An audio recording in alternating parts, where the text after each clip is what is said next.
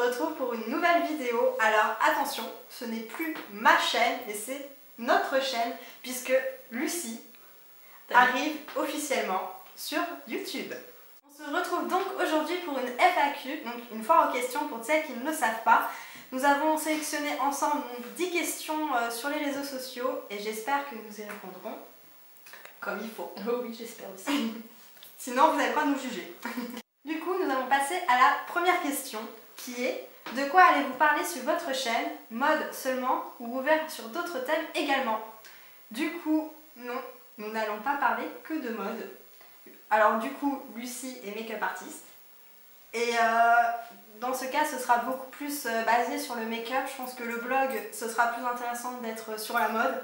Et du coup, d'être basé vraiment plus peut-être lifestyle, beauté, etc. ici. En fait, on a envie de rigoler. Surtout ça. C'est bien rigoler, donc je pense que ça sert à rien de se contenir en fait juste sur un thème. Je pense que le but, c'est vraiment de faire ce qu'on On veut. fait vraiment un peu de tout, quoi. C'est ça. Un peu de tout et on espère que ça vous plaira surtout. Et du coup, on va passer à la deuxième question. Alors, depuis combien de temps es-tu blogueuse? Travailles-tu à côté? Et si oui, dans quoi? Donc moi personnellement je ne suis pas blogueuse, je vais ouvrir ma chaîne YouTube à côté, donc n'hésitez pas à venir me suivre s'il vous plaît, c'est Lucie Moonshine, on vous mettra tout en barre d'infos en dessous. Et donc je travaille dans la vente avec Léo, on est collègues en fait dans la vie, voilà. Exactement, on est collègues depuis 1 an environ, et amis du coup. Mais je la supporte depuis 1 an, voilà, merci. On se connaît depuis bien plus longtemps que ça, mais... C'est vrai, on garde ça pour les autres questions. Exactement. Et du coup, moi je suis blogueuse depuis 4 ans maintenant sur Cannibal Core. Je vous mettrai le lien aussi en barre d'infos pour celles qui ne me suivent pas encore sur le blog. On va passer à la troisième question qui est: comment fais-tu ou te sens-tu vis-à-vis des critiques sur ton look ou sur tes cheveux? La bise. Alors, vu qu'on a un style assez similaire, on va essayer de répondre toutes les deux. Mais je pense que toutes les deux on a plus ou moins la même réponse en mode finalement l'ignorance, voilà c'est ça, on s'en fout. Enfin, le but c'est de s'assumer et une fois qu'on s'assume à 100%, je pense que la question ne se pose même plus. Les gens, on s'en tape, notre look c'est à nous, si on les dérange c'est leur problème, c'est pas le nôtre, et ceux qui se permettent de le dire à voix haute, tant pis pour eux. Exactement, enfin je veux dire ça... Le but c'est de s'assumer. Je pense que... Après il y aura toujours des gens pour critiquer, il y aura toujours des gens pour faire des réflexions, il y aura toujours des gens pour nous rabaisser, mais après voilà, nous on ressort plus forte, je pense. Ça nous forge en fait tous les jours d'avoir ce genre de réflexion, et heureusement dans la vie on a beaucoup plus de réflexions positives que négatives au final, donc les négatifs on l'oublie finalement. Parce qu'il y a tellement de gens gentils qui viennent nous voir pour nous dire vous êtes jolie, ah, vous êtes gentil, vous souriez, vous avez un bon style, etc. Donc du coup on oublie en fait les paroles négatives qu'on peut avoir au quotidien au final, quoi. Exactement, je valide sa réponse. Alors du coup la quatrième question: vers quel âge avez-vous assumé votre style vestimentaire? Moi j'ai commencé à avoir un look un petit peu décalé comme ça vers l'âge de 11-12 ans, quand j'ai commencé à écouter du gros métal, Marilyn Manson et tout. Je m'habillais en mode gothique tout en noir, voilà. Après je suis vite passée vers le style un peu emo, voilà. On est d'accord. Je ne dis rien. Et puis bah voilà, enfin, moi j'ai toujours assumé mon style et ouais, c'est pas vraiment enfin, très très tôt en fait j'ai assumé. Début d'adolescence. Ouais voilà, début d'adolescence quoi. Moi du coup c'était plus, je crois que j'étais en 3e, parce qu'au début j'étais là, en fait j'étais un peu passive comme fille, en mode je m'en fous, je prends les premiers trucs qui viennent. Et au final c'est quand j'ai commencé à, je sais pas, écouter une certaine musique, à, je sais pas, avec Tumblr aussi, Skyrock. Skyrock. Enfin, Skyblock surtout. Sacrée époque. Ça nous manque? Non. Non. Et du coup, c'est à ce moment-là, je sais pas, j'ai commencé à, je sais pas, bien aimer ce style qu'on voyait plus du coup sur internet qu'en France, parce que c'est vrai qu'en France, c'est tout le monde pareil. Et je sais pas. C'est fermé aussi hein, par rapport à ça, donc... Ouais, du coup, c'était plus... C'est difficile à assumer au début, c'est sûr. Du coup, ouais, plus en 3e, ouais, à ce moment-là, et du coup, ça a évolué énormément, parce que maintenant... On n'a pas trop changé, en fait. Voilà. c'est plus fin, c'est plus raffiné. Voilà, c'est un petit peu plus, oui, mais un peu plus classe quand même. Petit peu. Alors on va passer à la 5e question. Est-ce que vous aimez bien composer vos tenues avec des pièces trouvées en friperie ou dans des vides-greniers? Moi, personnellement, les friperies, c'est ma phobie. Je déteste porter des trucs qui ont déjà été portés, je peux pas. Je peux pas. Tout ce qui est vide-grenier, tout ce qui est vieux, je peux pas. J'ai l'impression d'être chez mes grands-parents, je peux pas. Mais voilà, j'aime que tout ce qui est neuf en fait. Tout ce qui est neuf, sinon... Encore avec des étiquettes. On garde encore les étiquettes dessus. Non mais non, moi personnellement, c'est pas du tout mon truc en fait, les friperies. Alors moi du coup à l'inverse j'adore les friperies, c'est vrai que j'ai tendance à pas y aller énormément en ce moment et des fois j'y pense pas, mais j'ai pas mal de pièces que j'ai déjà trouvées en friperie, genre surtout les vis, genre à 30 € alors qu'en magasin ça coûte une blinde et les trucs sont encore neufs. Moi je dis pourquoi l'acheter neuf alors qu'on peut l'avoir beaucoup moins cher et en état. Mais du coup par contre les vides-greniers c'est pas vraiment mon truc, c'est vrai que j'en fais pas du tout.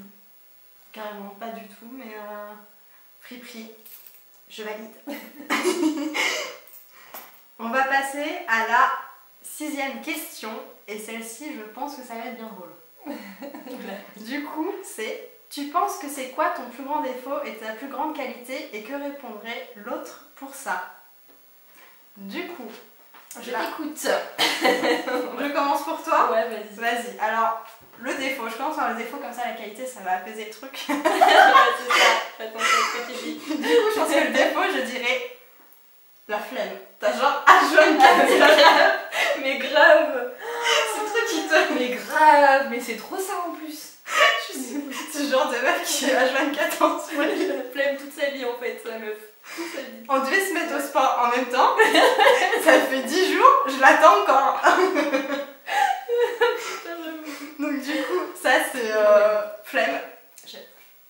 Après pour qualité, en fait t'en as plein, donc j'espère que c'est compliqué. J'ai pas dit ce qui te passe vraiment en premier par la tête quand tu me vois. Bah la gentillesse, et l'honnêteté. Oh, c'est trop mignon. Non mais c'est vrai parce que c'est une personne où on peut compter sur toi et tu juges pas, t'es vraiment gentil, de bons conseils. C'est trop mignon.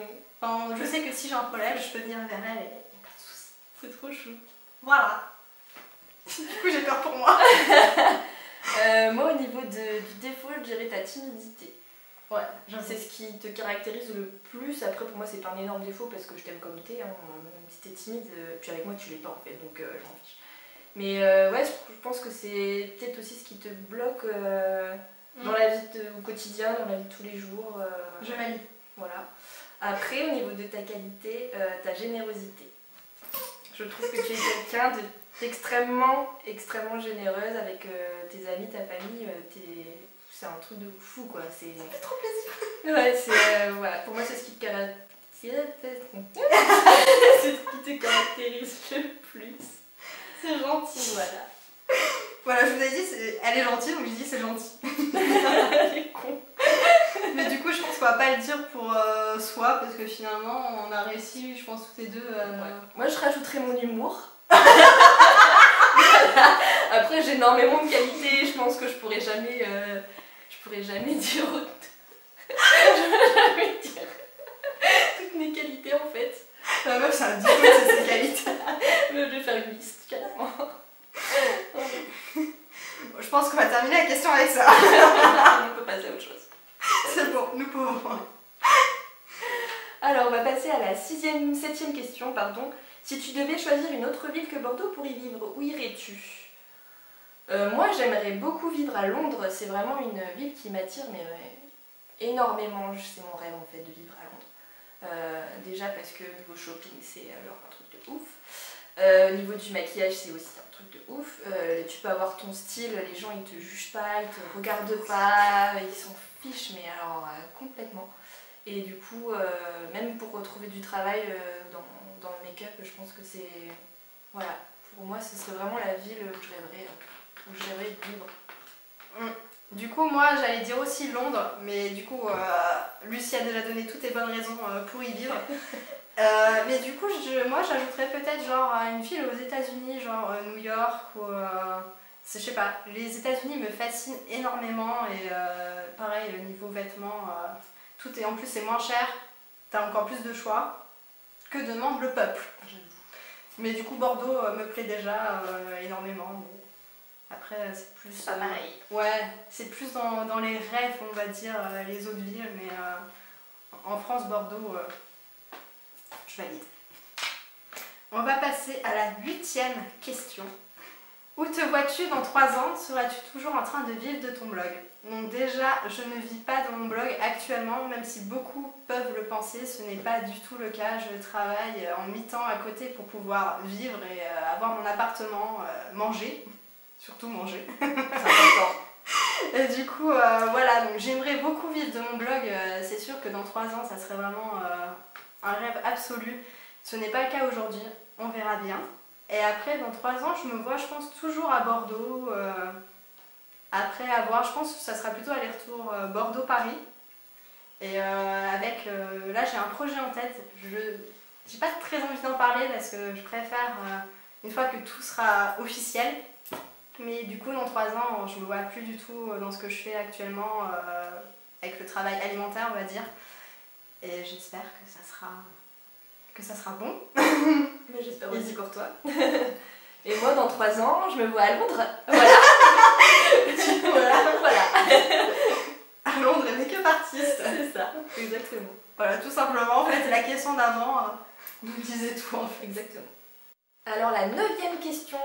Des futurs projets de tatou, qu'est-ce qui te plaît le plus en tant que blogueuse et tes meilleures rencontres grâce à ton blog? Je te laisse répondre. D'accord, donc du coup des futurs projets tatou, oui, mais genre j'en ai... c'est ça. Beaucoup. Je veux des sous. Donc oui, j'ai énormément de projets tatou, mais malheureusement le budget n'est pas là. Mais j'ai pris rendez-vous pour le 26 mai et je pense que je vous emmènerai avec moi autour d'un vlog. Il y aura même Lucie qui sera présente. Je pense qu'elle aura un petit peu pitié de moi parce que ça risque d'être... Je vais lui tenir la main, je pense. On vous en dit pas plus, mais... Et du coup, c'est vraiment le plus proche. Après, j'ai énormément d'idées.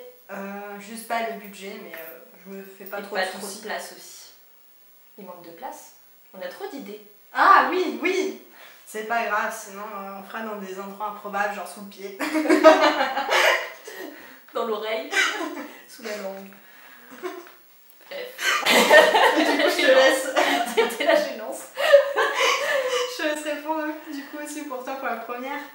Donc moi pour le projet tatou, plein, j'en ai énormément. Malheureusement pareil comme Léo, pas de budget.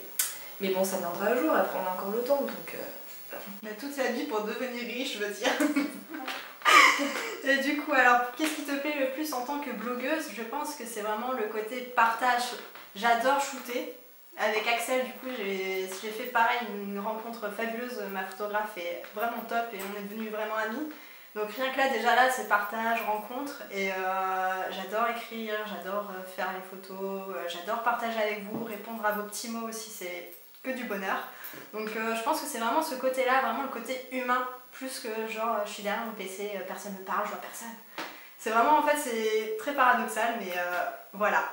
Je pense que c'est vraiment ce côté-là. Et du coup, mes meilleures rencontres, donc, grâce à mon blog, je dirais que c'est avec les autres blogueuses finalement, parce que finalement, on se suit.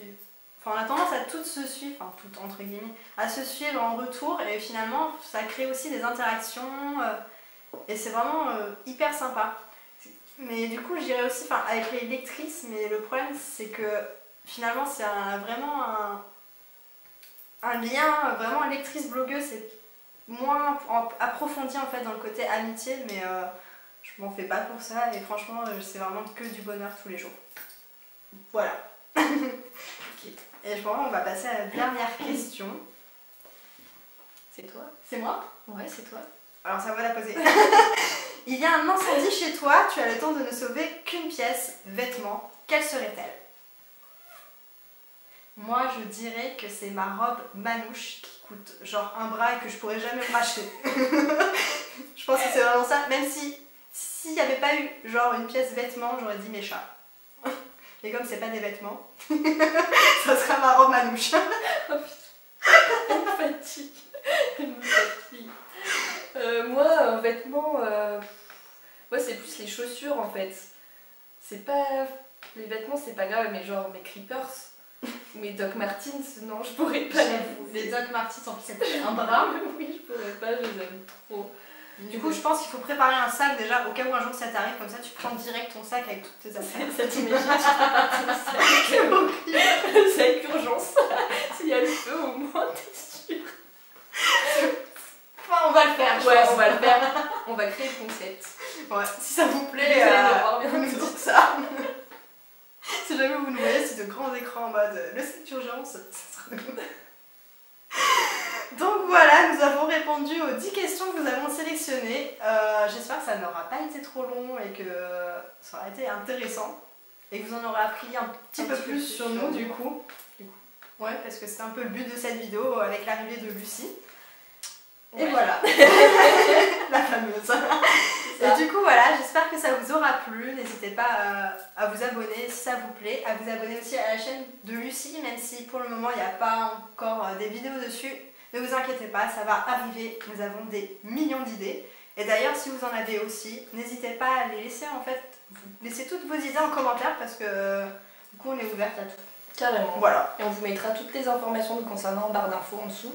Il n'y a pas de souci, tout ce qui est ma chaîne, nos Instagram, ton blog, Et même tous les réseaux sociaux. notre tenue du jour aussi, parce que je pense qu'on va avoir des questions aussi sur ce qu'on sur porte. leur tenue, etc. Donc vous inquiétez pas, on vous mettra tout. Voilà, j'espère que cette vidéo vous aura plu et on vous dit à très vite. Salut! Salut!